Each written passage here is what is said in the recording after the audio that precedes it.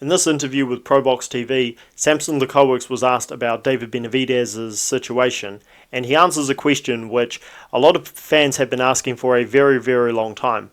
Why has Samson Lukowicz and David Benavidez not enforced Benavidez's mandatory position with Canelo Alvarez in the WBC? It's been something that a lot of people, especially Canelo fans, have used as proof, quote unquote, to say that David Benavidez and his team don't actually want to fight Canelo, and they are just clout chasing to try and build their name off of him. And I've never agreed with that. I've never understood why David Benavidez and his team would do that, because for me they would be complete idiots if they did that. Think about the money that is on the table. Even if they just took a mandatory fight against Canelo Alvarez, it would be huge. So why would they be so intent on just clout chasing Canelo, not intending to fight him, and just saying, well, we're just going to hold his mandatory position without preparing to take the mandatory fight? That just never made sense to me. And the answer Samson Lukowicz gave is that this is not about money for David Benavidez. He says his fighter wants the glory, not just focused on the money, when Paulie Malignaggi asks him, why don't you accept step-aside money, or better yet, push for step-aside money? Lukowicz then says, aside from it not being about money, it being about the glory, he says if they do push for step-aside money, then he will lose his mandatory position.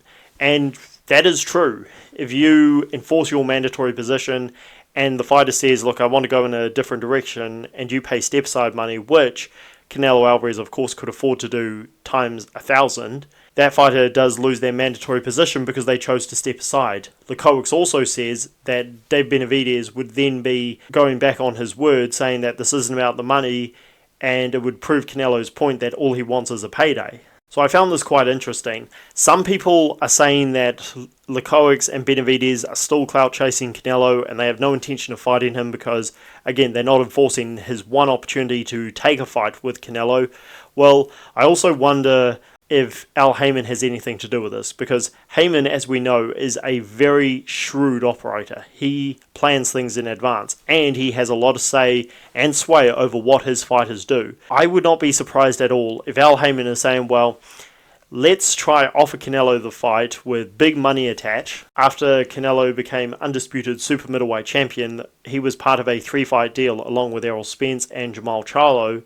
Also, if there's a mandatory fight, Benavidez does not have to sign a rematch clause, whereas if Haymon makes a big money offer to Canelo with a rematch clause, then that's 2 Canelo Benavidez paydays for him, and he would definitely want that. But again, what Lukowicz said about Benavidez not wanting to lose his mandatory position, and he's again putting the pressure on Canelo, keeping it there by keeping his mandatory number 1 position, kind of makes sense. And also there's the question, this is why I never believed the idea that Benavidez was just clout chasing Canelo. The WBC, as we know, will not force mandatory fights if they don't want to. Just because you force your mandatory position doesn't mean it's going to happen. 1,000 excuses could be made. I mean, not a single sanctioning body has come close to stripping Canelo, despite the fact he has been all over the place when it comes to defending those bouts after winning them. So, yeah, even if they did enforce the mandatory position, I don't think much would come of it. So let me know what you guys think down below about Lukowicz's comments. And is there something I'm missing here from the people who expect Benavidez and his team to just clout chase Canelo and not be serious about the fight? Let me know what you guys think. Like the video and subscribe to the channel for more.